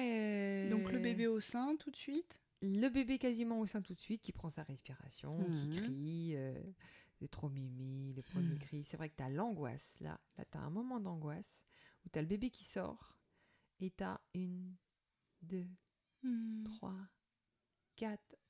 Ouais. Et c'est long, c'est 4 secondes, t'es là, vas-y, respire. Ça y est. Le premier souffle. Tu vois, ouais. Et en fait, il faut pas se stresser, et c'est ça que j'avais pas compris. C'est-à-dire que le bébé, tant qu'il est lié au cordon ombilical, il n'a pas besoin de respirer. Parce qu'il est nourri par la maman. Donc c'est quand il le veut, quand il le sent. Et moi, j'avoue que j'avais ce stress là. Bah, tu vois des bébés qui naissent dans l'eau. Et c'est pas tout de suite qu'ils respirent. C'est, tu vois, à petite dose quand ils le sentent, quoi. Aïe, ça fait mal. Donc en fait, moi je sais que j'ai eu ce stress-là du bébé qui respire pas, mais tant qu'il y a le cordon et que tu vois que le cordon et que ton bébé il est pas bleu, parce qu'il faut du temps, avant que ton bébé vraiment il soit en souffrance d'oxygène, quoi. Sauf s'il sort déjà bleu, bah oui là c'est non, mais. Donc voilà, ensuite ils m'ont mis en salle dans ma petite chambre à moi. J'ai eu la chance d'avoir une chambre toute seule pour les premiers jours. Et je me souviens que de me lever pour aller faire pipi, j'avais trop mal. Faire pipi, aïe, ça me faisait trop mal. Ça c'était... Et ton corps aussi était douloureux ? Non, juste l'entrejambe. J'ai pas souvenir d'avoir des mal de contraction ou mal de dos. Non, c'était juste l'entrejambe. Là, je marchais un petit peu comme les cavaliers, là. Jambes écartées. Mais c'est passé au bout de 2 jours. Et pour faire pipi, comme j'avais, je pense, des points, à la limite, j'ai essayé de me retenir de faire pipi. Que j'ai pas du tout eu dans les 3 autres accouchements. Donc voilà, j'étais dans ma chambre avec mon bébé, je me suis reposée un petit peu, mais c'était tellement merveilleux d'avoir ce petit être-là que tu te dis, c'est magique. Comment est-ce qu'on arrive à faire ces trucs-là, quoi ? Et le lien instantané ? Oui. Bah oui. Et donc toute la journée, je passais avec mon bébé, je la mets au sein, elle tétouille. Alors tous les premiers débuts, les bébés, ils têtent pas trop. Ils têtent un peu, mais il faut les laisser, je pense... Tu leur proposes, ils tétouillent pour mettre ça en place, mais pour que tu aies le réflexe qu'ils se mettent, mais ils sont pas vraiment fins. Ouais, ils profitent du contact aussi. Ouais, mais t'imagines, ils arrivent, ils connaissent la pesanteur, ils ont ces l'air sensations qui nouvelles, les touche, des habits. Donc moi j'aimais bien la prendre avec moi, contre moi, la garder. Ce qui est génial, c'est qu'ils sont tellement assommés et à dormir beaucoup que de toute façon ça bouge pas trop. T'as quand même vachement de temps pour toi, quoi. Donc voilà, la famille qui passe l'après-midi, bravo, c'est cool. Et toi, t'as le sourire aux lèvres, ding, Béa, ça y est, mission accomplie. T'as aussi ce truc-là, quoi. T'as posé ton sac à dos. Le passage, ça a été pour toi ? C'était pas trop intrusif ? Le passage de la famille, oui. Non, moi je suis une exhibitionniste. Regardez ce que je fais, c'est moi qui l'ai fait. Tu vois, moi mon caractère c'est plutôt ça. Et non, j'étais trop fière, trop fière. C'est mon bébé. Et ça revient un petit peu à... ça, on n'en a pas parlé encore, mais c'est important d'en parler, de pourquoi on fait des bébés. Pourquoi on fait des bébés. Moi, mon premier bébé à 25 ans, c'était mon faire-valoir. C'était pour me... Je ne l'ai pas fait pour le bébé. Hein. Oui, je me disais, bon, il y a un petit bébé qui va venir, c'est cool. Mais j'avais des très, très, très mauvaises raisons qui étaient envie de vivre la maternité et de me montrer comme je vais y arriver, je vais être une bonne maman, tu vois, c'était mon faire-valoir. Et donc, bah oui, vous avez vu, j'ai réussi, mon bébé, il est là.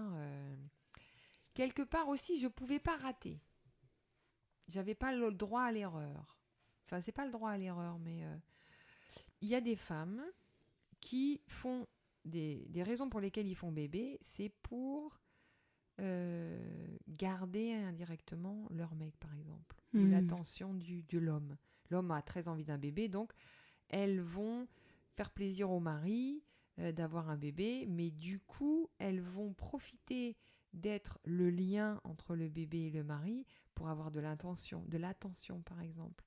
Et du coup, alors, ça peut être dur ce que je vais dire. Hein. Je dis pas c'est le cas de tout le monde. C'est juste une piste de réflexion, mesdames. Qui est parfois, si tu te sens pas bien pendant ta grossesse, ton mari va plus prendre soin de toi. Il va t'amener un petit verre, il va te dire repose-toi. Et des trucs que tu ne te permettrais pas toi-même, parce que tu n'as pas assez d'amour pour toi, eh ben, tu vas le chercher à travers l'homme, parce que tu es doublement, tu as le droit d'amour, puisque tu es aussi représentant de l'enfant. Ce qui peut être très sain, mais ce qui peut devenir très malsain, en ce sens où pousser indirectement, si tu sens que l'homme il fait pas gaffe à toi, et il répond pas à tes nécessités, tu vas devenir de plus en plus en carence, de plus en plus en demande, et ton corps, pour y répondre, va tomber malade, va avoir des problèmes, va avoir des suites compliquées. Donc, et c'est là où Alice intervient à fond, mesdames, qui est pourquoi tu fais le bébé, que les choses soient bien bien claires.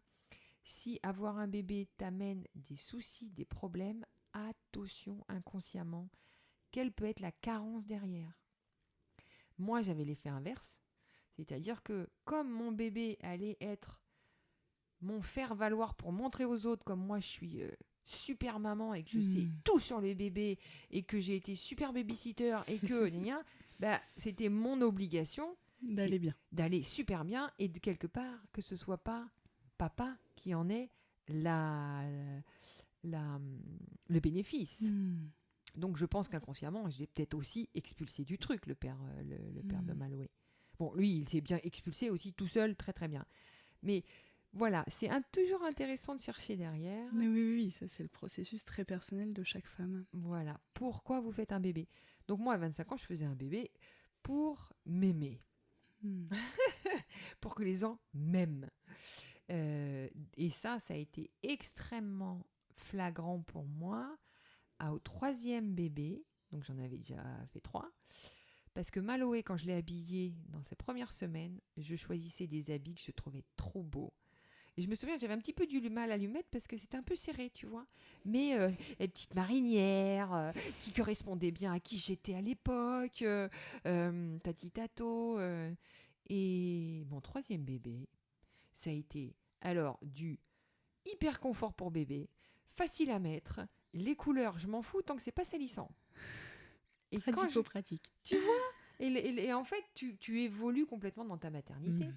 Que moi, mon bébé, le premier, bah ouais, j'étais pas mûre.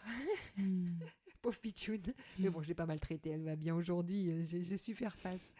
Mais ça, c'est... Et le premier bébé, évidemment, va être révélateur de tout ça. Et heureusement, ils sont là pour ça. Donc, il ne faut pas nous en vouloir, il ne faut pas leur en vouloir. Ça va être bien chaotique. Plus tu as des embrouilles à régler, plus tu as des problèmes à régler, plus ça va être chaotique. Et c'est merci, parce que sans mes bébés, j'aurais jamais pu faire tout ce travail-là. C'est ça. Il n'y a rien de lisse, mais... Voilà. Mais c'est un bien nécessaire. Un mal, un bien nécessaire. Et de ne pas avoir en plus la culpabilité, juste d'observer ce qui est et puis de pouvoir le traiter. Oui, bah de toute façon, quand tu n'as pas conscience, tu fais ce que tu peux et puis au moment où tu peux. Donc j'étais avec mon bébé... Parfois, tu n'as pas conscience de la problématique, mais tu as conscience qu'il y a de la souffrance. Tout à fait.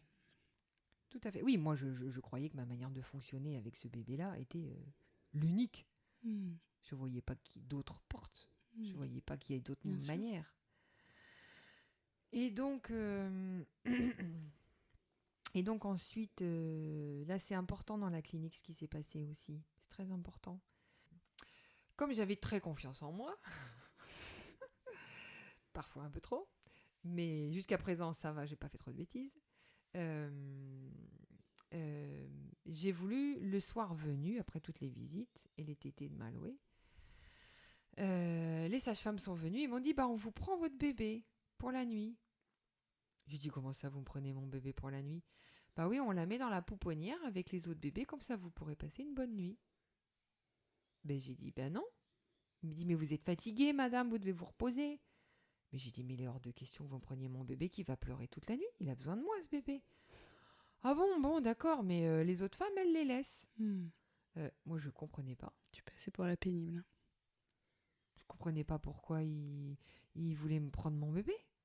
Tu vois, et puis il avait besoin de moi. Donc j'ai su, heureusement, dire non. Te positionner à ce moment-là. Me positionner, exactement. Pas facile, face au corps médical. Non, qu'ils savent bien. Mais tu vois, là encore, je crois que ce qui m'a sauvée dans mes trucs-là, c'est d'avoir mon grand ego qui disait dodo, moi je sais. Donc, c'est comme ça. Et effectivement, pendant la nuit, Maloé a beaucoup tété. Et en fait, depuis le matin où je la laitais, ça n'arrivait pas à sortir bien. C'est du colostrum, c'est super épais. Et elle avait beaucoup de mal à téter. Et donc, je me suis retrouvée le matin avec des obus à la place de seins. Mais comme des ballons de rugby coupés à moitié, hyper durs. J'avais l'impression d'être Cindy Crawford à l'époque. Je me voyais dans la glace, je fais ouah, la classe, quoi. Moi qui avais toujours eu des tout petits nénés. Mais bon, c'était quand même un peu douloureux, mais c'est une sensation. Et la première, là, quand t'as les seins qui sont remplis de lait, qui sont gonflés et que t'arrives pas à les vider, c'est pas évident, mais c'est hyper marrant, quoi. Tu te dis, je suis trop belle, là. Enfin, trop belle ou pas, mais pour moi, c'était ça. Et donc le lendemain matin, j'ai passé toute la matinée à faire aider Maloé à téter et à vider, parce que c'était plein, et que la pauvre, elle n'avait pas beaucoup d'énergie, tu vois. Ils viennent de sortir du bidon, c'est pas hyper spontané, rapide. Aussi pendant la nuit, j'entendais les bébés hurler dans les pouponnières, ça me fendait le cœur. J'avais un peu du mal à comprendre comment les mamans pouvaient laisser faire ça. Mais sans jugement du tout, mais moi ça me fendait trop le cœur. Peut-être qu'au bout de 8, je suis bébé, j'accepterais, mais là non. Moi c'était non. Et donc voilà, au matin, bébé qui tète. Et puis ouais, franchement, assez douloureux les premiers moments de tétée. Alors, l'utérus Alors, non, pas tout de suite, là. Avec Maloé, c'était vraiment là, ce qui était douloureux, c'était la mise en place de vider les canaux de lait et de colostrum, donc qui est quand même super épais. Et heureusement, j'ai eu la visite de mon médecin accoucheur qui me demandait si tout allait bien. Et il est vraiment adorable. Il me dit, vous avez l'air d'aller super bien. Entre-temps, j'avais changé de chambre. Il m'avait mis dans une chambre double. Et ah non, c'était le lendemain, c'était 2 jours après qu'il était venu, le médecin accoucheur. Parce que j'avais déjà passé une nuit avec mon bébé et la voisine qui, elle, laissait son bébé dans la pouponnière. Et qui, du coup, la nuit, Maloé, elle faisait un petit peu du bruit, puis je la mettais à téter, donc ça faisait du bruit. Et j'étais un peu coupable, parce qu'elle avait déjà un enfant, et qu'elle disait qu'elle était extrêmement fatiguée, et qu'elle avait besoin de se reposer, et une femme abattue, tu vois, que moi, j'ai jamais été abattue après mes grossesses, j'ai jamais vécu ça. Mais elle était dans cet état-là, donc je me sentais super coupable de pas... Et donc j'avais demandé au médecin en disant, vous croyez que ce serait bien que je mette mon enfant à hurler dans la pouponnière avec les autres, quoi. Et il me regarde, il me fait, vous savez, ici, c'est une maternité, c'est pas une maison de retraite, donc c'est normal qu'il y ait des bébés qui pleurent. J'avais trouvé ça génial, merci beaucoup.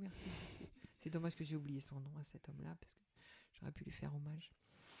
Donc il y avait ce côté-là où il m'a vachement soutenue, tu vois. Ensuite, il m'a dit, bah, montrez-moi. Je lui disais, j'ai un peu du mal vis-à-vis de l'allaitement, là. Il me dit, montrez-moi. Et donc, je me suis assise sur une chaise. Il me dit, mais qu'est-ce que vous faites? Bah, je dis, bah, je vais m'asseoir pour allaiter mon bébé. Mais il me dit, mais vous n'avez pas besoin de vous asseoir. Je dis, ah bon? Bah oui, vous pouvez rester allongé. Hein? Mais comment on fait? Alors, il me dit, bah, vous vous mettez sur le côté. Et puis, le sein qui est vers le bas. Vous tournez votre bébé de manière à ce qu'il soit tout le corps viré vers vous. Et vous le présentez au niveau de la bouche, votre tété. Et puis, tous les deux, vous êtes allongés et vous dormez. Et le seul truc, c'est que quand ton bébé a fini de téter, tu le mets vertical pour que l'air qu'il aura avalé en même temps que le lait puisse sortir. Sinon, ça va lui donner des gaz, il va pas être bien et il va pas bien digérer. Donc, il faut lui faire son RO. Bon. Et ça, c'était mais vraiment le plus beau conseil que j'ai jamais reçu de ce fait-là d'allaiter. Parce que moi, je me voyais déjà 3 fois par nuit me Te mettre lever, debout, m'asseoir, t'asseoir. me mettre sur un fauteuil, tomber de la tête, piquer de la tête du nez, tu vois. Alors qu'avec cette méthode-là, je m'endormais à moitié.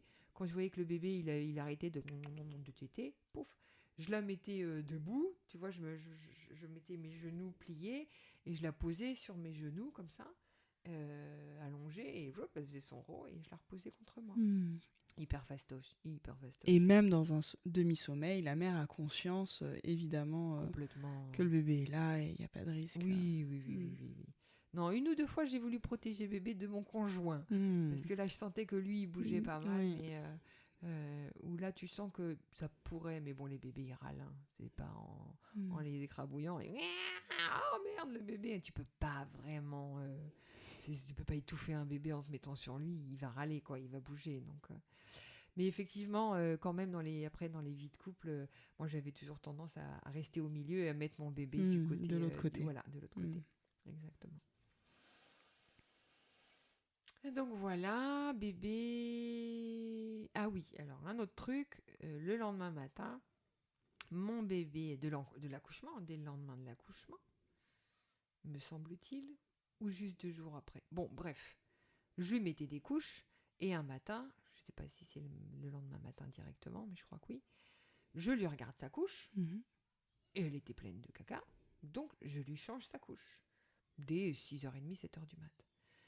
Et les sages-femmes arrivent ou infirmières arrivent, me prennent mon bébé et regardent sa couche, puis ils font « Oh, il n'a pas fait caca !» Mais je dis « Bah si !» Il me dit « Comment ça si ? Vous avez changé la couche toute seule ?» Et encore une fois, j'avais pris des initiatives et je me suis fait engueuler d'avoir changé mon bébé. « Ah, vous auriez pas dû, on voulait regarder la couleur du caca, savoir si tout allait bien. » Vraiment, je me suis sentie Infantilisée à ce moment-là. Mais c'est... Tu vois, au lieu de dire « Ah, bon, ça aurait été bien que ce soit nous. » Et elle ne m'avait pas demandé avant. Tu vois, il n'y avait pas d'accord préalable à dire « Madame, on vous demande que ce soit important de nous montrer le premier caca de votre bébé. » Moi, si elle me demande ça, je le fais. Mais si tu n'as rien, tu ne sais pas ce qu'elles t'attendent de toi, ben moi, je vis ma vie. Je ne vais pas leur demander « Maintenant, je fais quoi ? Et maintenant, je fais quoi ? Et maintenant, je fais quoi ?» Tu suis ton instinct. Donc, il avait fait ce caca. Donc, j'ai dit, bah, si vous voulez regarder, il est là. Hein, c'est dans la poubelle. C'est pas bien compliqué. Donc là, j'étais pas cool. C'était pas cool d'avoir vécu ça. C'est pas très, très grave, mais bon. Et alors après, c'était, bon, bah, vous venez, maintenant, on va vous montrer comment baigner votre bébé. Bah, j'ai dit, bah, moi, je savais. Ah oui, parce que vous pourriez le noyer. Mais j'ai dit, mais je vais pas noyer mon bébé. C'est quoi cette idée-là ? C'est un peu bizarre. Bon, bref, j'ai obéi, tu vois, j'ai suivi. Mais elles n'étaient pas méchantes, elles étaient vraiment adorables. Elles étaient gentilles, mais tu sentais qu'elles faisaient leur boulot, elles faisaient... Et je me suis dit quand même, le nombre de femmes qui doivent être sans savoir ou peur de leur propre instinct. Donc là, être dépossédée un peu de son pouvoir et... Ouais. Ouais, parce qu'aussi, on m'a dit... Et de son ressenti. Ouais. De savoir comment faire. Ouais. Et aussi, elle me disait, mais vous êtes sûr que vous voulez allaiter ? Ça a l'air de vous faire mal, vous êtes sûr que vous voulez allaiter ? Bah, je dis, bah, bien évidemment que je veux allaiter. Enfin, bien évidemment. Oui, je veux allaiter. Moi, je veux allaiter. Oui, moi, je veux allaiter. Donc là, j'ai souvenir que on m'a pas découragée, mais c'était pas automatique. C'était pas du tout automatique. On t'incitait pas. Voilà, on m'incitait pas à allaiter. Ensuite, ah oui, prendre le bain du bébé. Donc tu vas dans la nurserie, tu prends ton bébé, et là, elle t'explique comment donner le bain au bébé dans la baignoire. Ben, c'est-à-dire qu'il ne faut pas laisser tomber la tête dans l'eau, ce qui me paraît un petit peu logique. Mais voilà, c'était cool, c'était sympa. Pas mettre du shampoing dans les yeux des bébés, merci. C'était évidemment une info que je connaissais. Et comment l'habiller, et tout ci, tout ça. Donc moi, j'ai vraiment rien appris. Je leur ai fait plaisir, j'ai fait la fille bien obéissante, mais j'ai rien appris de nouveau.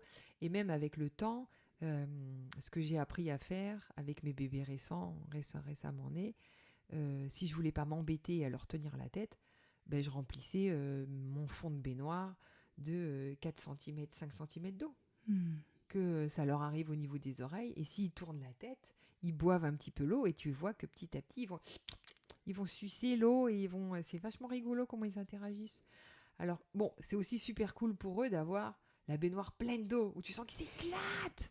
Tu vois que Bon, là, il faut que tu leur tiennes la tête, mais qu'ils se retrouvent dans des trucs amniotiques, là, et ils s'ouvrent. C'est beau, les bébés, les bains des bébés. Ça, c'est vraiment un moment, c'est trop magique.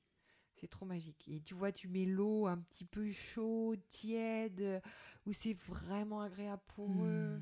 Ça, c'est top, top, top, top, top. Moi, j'ai vraiment des moments où je me suis éclatée de les voir dans l'eau. Et ça y est, t'as les pieds qui tirent, qui poussent, et les jambes, les tailles, et leurs yeux qui s'ouvrent, genre, waouh, c'est trop joli.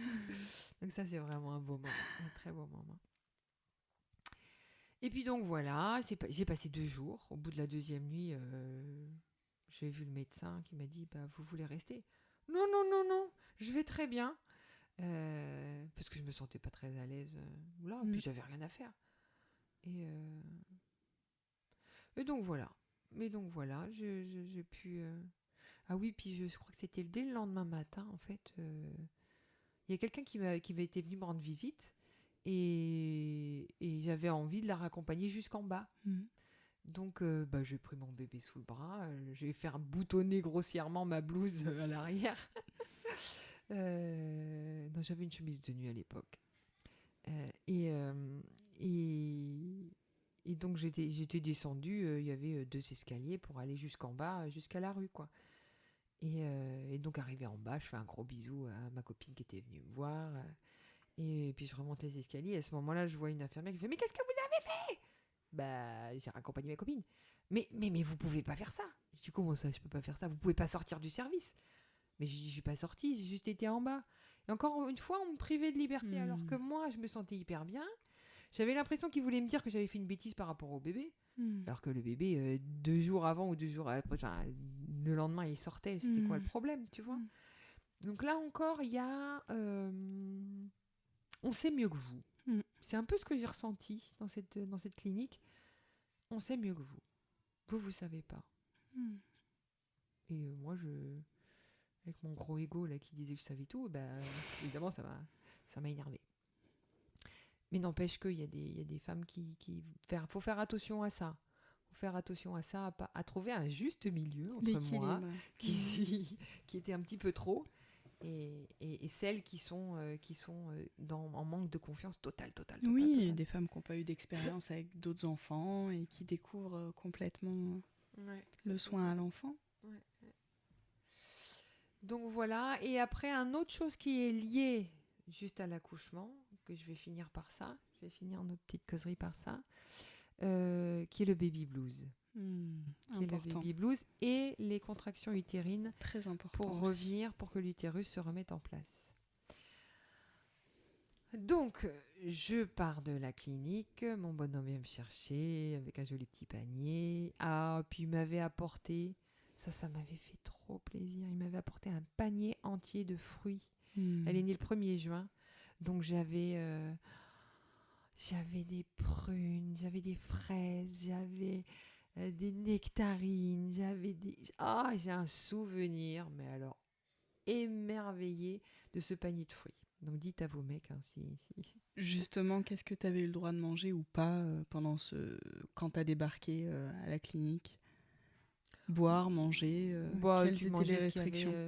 Non, j'ai pas vu de restrictions. Ils t'ont pas servi de repas, du coup, t'es arrivé à moitié dans la nuit. Toi, t'avais dîné le soir. Oui, voilà, j'avais dîné le soir. Et puis le lendemain, c'était petit déjeuner, déjeuner et dîner qu'ils proposaient. Oui, mais une fois que t'avais accouché. Mais pendant les contractions. Oh non, je n'ai pas du tout eu de... Non, mais t'as bu proposé. Oui, de l'eau. Ils t'ont autorisé l'eau. Ouais. Ce qui n'est pas le cas tout le temps. Ah, écoute, j'ai plus souvenir. Tu vois, honnêtement, j'ai plus du tout souvenir. Je sais plus ce qui... Et ce qui peut fragiliser d'ailleurs le processus pour la femme. Une femme qui est déshydratée, voilà, qui ne s'est pas alimentée depuis un certain temps. Oui, et si les contractions durent longtemps, tu m'étonnes. Et ça, c'est toujours les histoires avec l'anesthésiste et au cas où. Ah, merde. Ah oui, oui. Donc les fruits t'ont fait extrêmement plaisir. Voilà. Les fruits, pour moi, c'était vraiment un beau cadeau.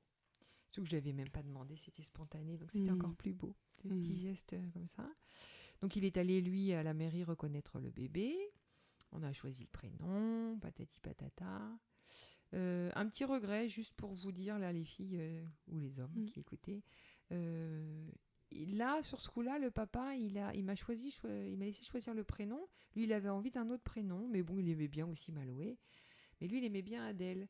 Et au moment où il est allé reconnaître l'enfant à la mairie, il a mis que le premier prénom que j'aimais bien. Et ce que j'ai trouvé un petit peu dommage, parce que du coup, il s'est privé de lui donner aussi un prénom. Il était d'accord avec moi de l'appeler Maloé, mais ça aurait été un petit plus de... on peut donner deux, tu vois, au lieu d'un. Mais comme c'est lui qui l'a inscrit, je lui dis, mais pourquoi t'as donné que un ? Il me dit, je vais pas penser. Donc n'hésitez pas à dire, mettez-vous d'accord pour avoir deux prénoms. Voilà. Après, j'ai aussi un petit peu regretté au niveau de la reconnaissance paternelle. J'ai laissé que le nom du papa. Et j'aurais bien aimé mettre mon nom aussi. Parce qu'après, on s'est séparés. Et donc, tous les papiers étaient à son nom, à lui. Et moi, je n'avais pas... Il fallait à chaque fois que je me trimballe avec mon livret de famille pour prouver que c'était bien ma gamine. Parce qu'on n'avait pas le même nom. Donc après, au bout du 4e seulement, j'ai appris que de mettre le nom du papa et le nom de la maman, ça se fait maintenant, aujourd'hui en France, ce qui est pas mal.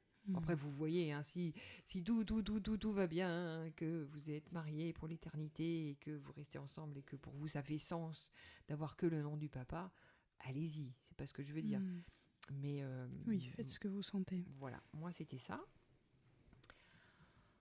Donc, je pars de la clinique, ravie avec mon bébé sous le bras. On arrive chez ma mère.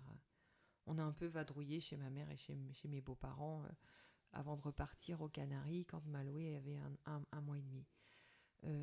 Jeff est reparti, lui, au bout de 10 jours. Quand elle avait 10 jours, il est reparti travailler et s'occuper du bateau. Mais pendant ces 10 jours, donc on est rentré chez ma mère. Là, j'étais un petit peu sur un petit nuage pendant 2 jours. La sage-femme est venue me voir et elle a halluciné parce que j'avais ma taille de jeune fille. Et ah oui, j'ai oublié de dire ça. Elle m'avait dit, après l'accouchement, de prendre une bande de Velpo de 30-40 cm de hauteur et de me bander, serrer le ventre. Et ça, c'était génial. Ça m'a fait du bien. Parce que sinon, évidemment, tu as le temps que tu aies les abdominaux qui se recontractent, mais c'est un peu tout flasque. Et tu as tout le bidon qui flotte pour la digestion, les machins, les trucs. C'est pas du tout agréable. Et là, le fait de me gainer avec une bande extérieure, j'étais génial. J'ai vachement aimé. Et du coup, j'ai eu l'impression vraiment en 3 jours, pouf, c'est revenu. Il y a des femmes qui font ça avec un drap, par exemple. Ok. Ouais. Dans certains coins du monde. Ah ouais, dans d'autres endroits. Ouais, ça c'est vachement bien. Il y a ça qui était important. Donc là, elle vient me voir et elle me dit, ça va. Je dis, oui, ça va très très bien. Mon ventre, ça va bien. Oui, elle m'avait dit, vous pourriez faire des bébés tous les jours, vous. Quand même pas, mais voilà.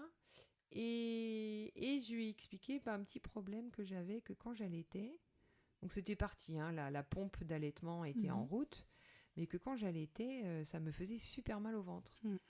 Et en fait, il y a un lien direct entre quand tu allaites, il y a des contractions de l'utérus qui se font, et l'utérus qui avait la taille, imaginez la taille d'un ballon de baudruche que tu gonfles à fond, et il faut que ça retrouve la taille d'une balle de tennis.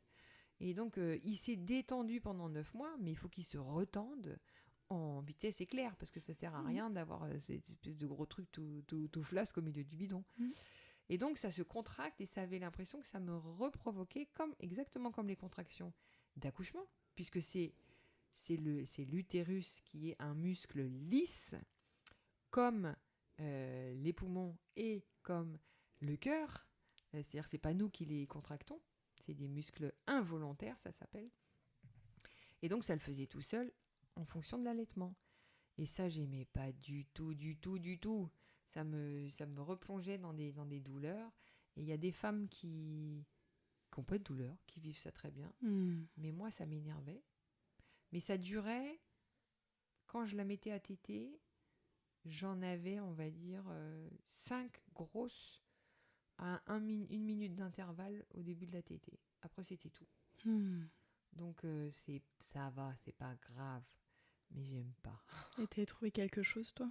Pour me soulager? Oui. Alors, je me frottais les pieds pour me donner d'autres informations.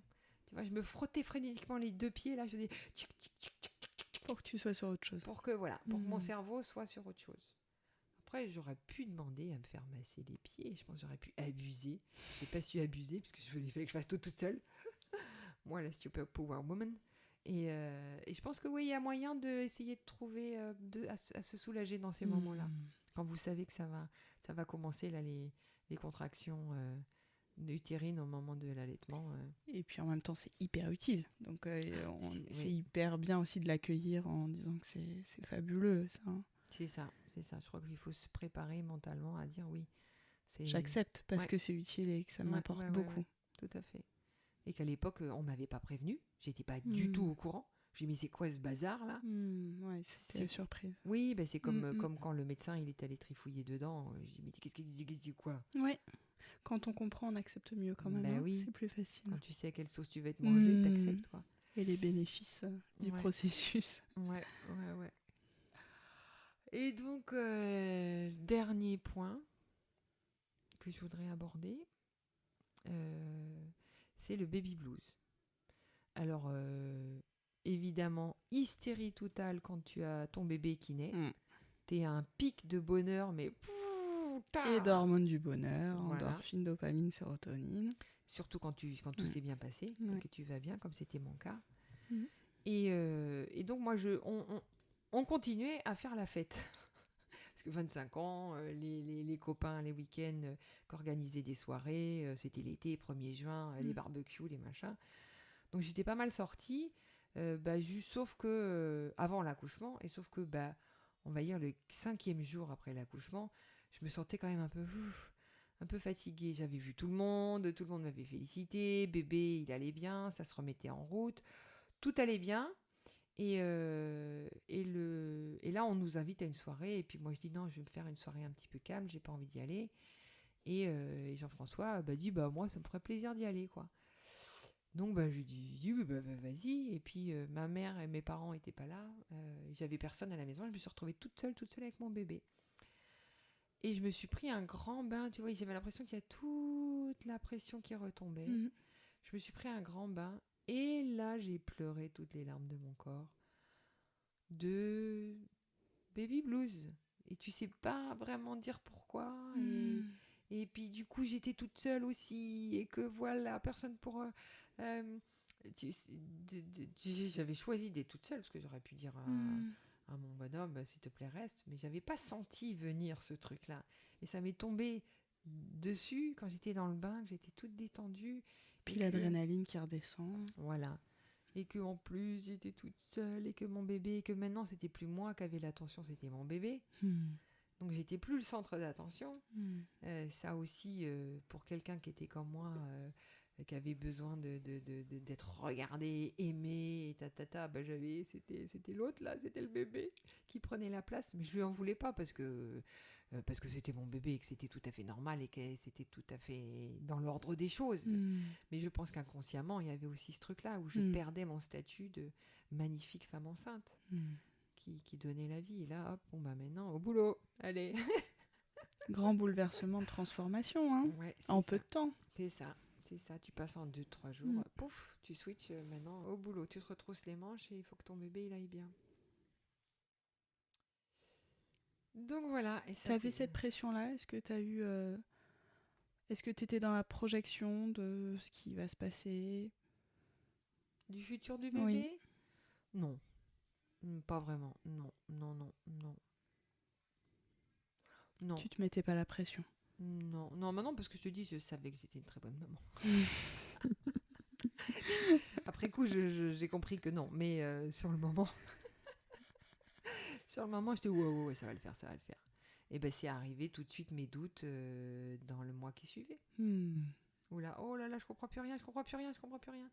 Parce que c'est la vie qui m'a mis face à des problèmes qu'il fallait que je résolve et que je croyais que c'était facile, mais que, ben non. Ah, j'avais pas pensé à ce truc-là. Ah, puis j'avais pas pensé à ce truc-là. Ah, puis il y avait ce truc-là aussi, tiens. Et en fait, bon, bah, tu résous les problèmes un à un quand ils arrivent. Mais c'est vrai que j'avais pas du tout anticipé ça. Et oui, sans peur. Mais heureusement, parce que du coup, c'est ce qui a créé mon parcours atypique. Oui, tout à fait. Et qui peut donner aujourd'hui aux femmes la possibilité de mettre l'aiguille du curseur de la voie du milieu d'un côté ou de l'autre, si vous êtes un peu trop d'un côté ou de l'autre. Vous savez que la méthode extrémiste marche aussi, même si c'est pas toujours confortable. Voilà. Bah après, je pense que l'épisode numéro 3 serait comment faire face à un petit bébé. Tu vois, l'allaitement, la nourriture, l'habillage, qu'est-ce qu'ils ont besoin, qu'est-ce qu'ils n'ont pas besoin, comment se positionner par rapport à papa, à maman, faire l'amour, pas faire l'amour, toutes ces choses-là. Tout à fait. Qu'il est normal de douter aussi, hein, Camille qui est loin des doutes, très sûre d'elle. Mesdames, il est aussi tout à fait normal d'avoir des pertes de confiance, de douter, de se remettre en question, d'avoir peur. Ah oui, et heureusement que c'est là, parce que ça permet de changer d'attitude en fait, et d'apprendre à rediriger la barque quand tu vois que tu t'éloignes trop, quoi. Oui, ça permet la transformation. Oui. Mais dans tous les cas, transformation, il y a. Hein. Tu as bien vu, même toi, qui étais dans ton processus, les choses se font. Oui. Et puis ça passe par plein de trucs. Donc super, voilà. Merci beaucoup, Camille. Hein. Merci à toi. C'était fabuleux. D'écouter, d'intervenir, de guider aussi ce que je raconte, quoi.